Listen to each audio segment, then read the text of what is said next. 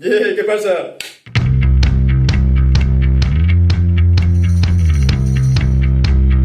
Avui vinc a parlar-vos del Jardí de les Delícies, primera part. Esta minissèrie tindrà 3 capítols i en cadascun veurem una taula diferent de l'obra, perquè és un tríptic i tu em diràs háblame en cristiano i jo et diré que no té més misteri, que quan l'obris té 3 parts i avant. Avui el veurem per fora quan està tancat i la taula de l'esquerra. Ara veureu, ara. Ale, a la faena!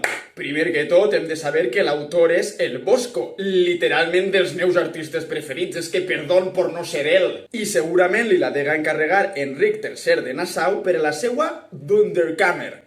No sé si ho ha pronunciat bé. Tampoc le pidas peras al olmo, també te ho dic. I la seva traducció és Cambra de Meravelles, i la solien tindre els aristòcrates per a que els seus convidats o la gent de la seva cort veguera lo que tenien ahí i pensaren, mal fill de puta el tio este, tremenda tula. I això no ho dic per dir, és important per entendre la funció de l'obra, Però no mos avancem, con calma, como dijo Daddy Yankee. Això ja anirem descobrint-ho en els pròxims capítols. Quan el tríptic està tancat es veu tot més gris que València quan està nuvolat. I tenim a la Terra plana, redona i rodejada d'aigua, com era habitual en els mapamundi de l'edat mitjana. I dalt de tot tenim un samarro que és ni més ni menys que el nostre senyor. Està Déu en una inscripció que diu... Espera't a veure com dic això. Ipse dixit et facta sunt, ipse mandavit et creata sunt. Com t'has quedat, I com això del llatí ja fa un temps que no s'estila, vos diré el que vol dir. Va, toca. Ell ho va dir i tot va ser fet. Ell ho va ordenar i tot va ser creat. Nah, de locos. Bàsicament està dient-nos que Déu està mamadíssim i que va crear el món amb la tula fora. I sabeu que estava rulant per ahir la dècada anterior a esta obra? Liber Chronicarum, una publicació del 1493 on teníem en el frontispici un gravat amb Déu i la mateixa inscripció. Ojo, cuidao, que podria ser una referència per al Bosco. El cabró ho dega veure per ahí i dega dir, se vienen cositas. Al final sempre estem influenciats pel nostre entorn i este home no anava a ser menys, no? I també tenim Antigüedades judías de Flavio Josefo, una obra de l'any de la picor, del segle I després de Crist, però que es va copiar i difondre en època medieval. Este samarro dia que Déu va rodejar el món en cristall i mira tu por donde que el Bosco ha clavat el món dins d'una bola de cristall. Ai, ai, ai.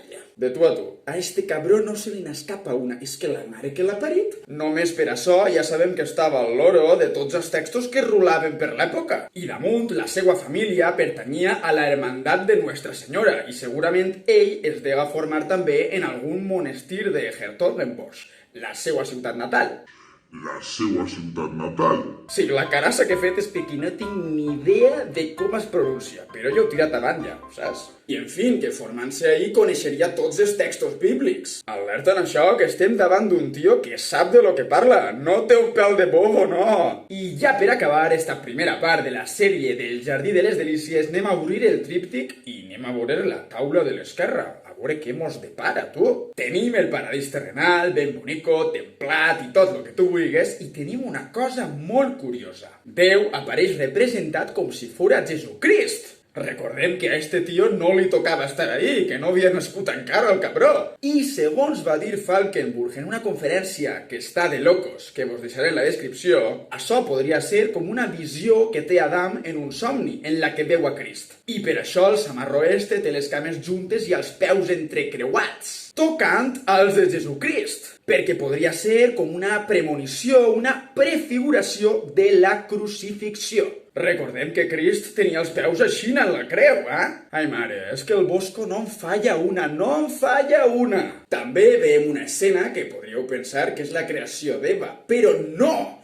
És la presentació d'Eva a Adam, que és poc freqüent quan es representa el paraís. Ojo, cuidao! El propi El Bosco, en compte de representar això, sol mostrar la creació d'Eva, com en el judici final o en el carro de Fenc, el carro d'Eno. Aquestes dues escenes estan en la taula de l'esquerra d'estos dos tríptics, o sigui, al Bosco li agradava molt fer aquest tipus de coses. I es veu el que diu el Gènesi, que Déu adorma Adán i treu de la seva costella a Eva. Que també t'ho dic, a saber què li he tirat al cubata al pobre home pa que cabe així, saps? Que més d'un dels que estem aquí han tingut alguna festeta que se m'han anat de les mans, I qui em diga que no, que lance la primera piedra. A veure qui és el valent. Però bueno, tornem a lo que anava. Lo que és la presentació d'una a l'altra simbolitza el matrimoni. I fixeu-se en eixa font d'enmig, que tira 4 xorrets d'aigua, i tu diràs, sant de què?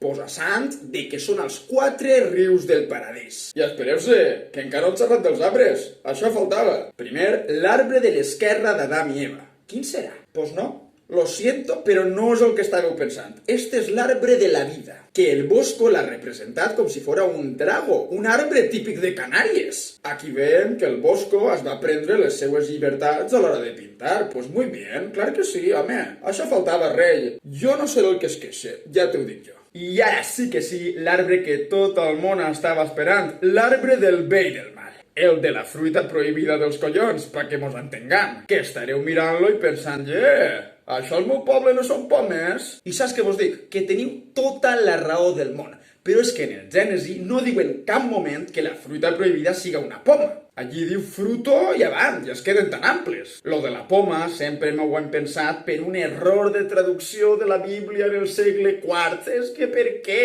Hemos sido engañados. Si es que gracias por el caos, perro Sánchez. Però bueno, tornem a lo que anàvem. Este arbre està a la dreta de la font i té una serp envoltant-lo. I quina va ser si no? La serp que enganyaria Eva, com diu el capítol 3 del Gènesi, i acabaria fent que avui en dia, en compte de viure en un paraís, es puga tirar a la gent d'esa casa per no poder permitir-se pagar un alquiler desmesurat, però bueno, això ja és una altra història. Tornem a lo que anàvem i no mos calfem. És curiós també que el tio la mostra com una serp normalutxa, de tota la vida. Però en les altres obres que ja havíem dit, la serp és una dona. Al final, una història aixina de misògina en la que la dona té la culpa, doncs diuen que la serp és una dona també i es queden tan amples. Ja ho tenim acabat d'apanyar. Per si hi havia algun dubte de qui era la culpa. I just baix de l'arbre veiem un amagatall cap a on estan anant alguns animalets, que pareix que estiguin escapant-se d'algo, pobrets. I aquí ve lo curiós, perquè en un verdader paraís no faria falta amagar-se de res, no? Clar, aquí el Bosco mos està deixant caure que no mos flipem, que no mos durarà molt l'alegria.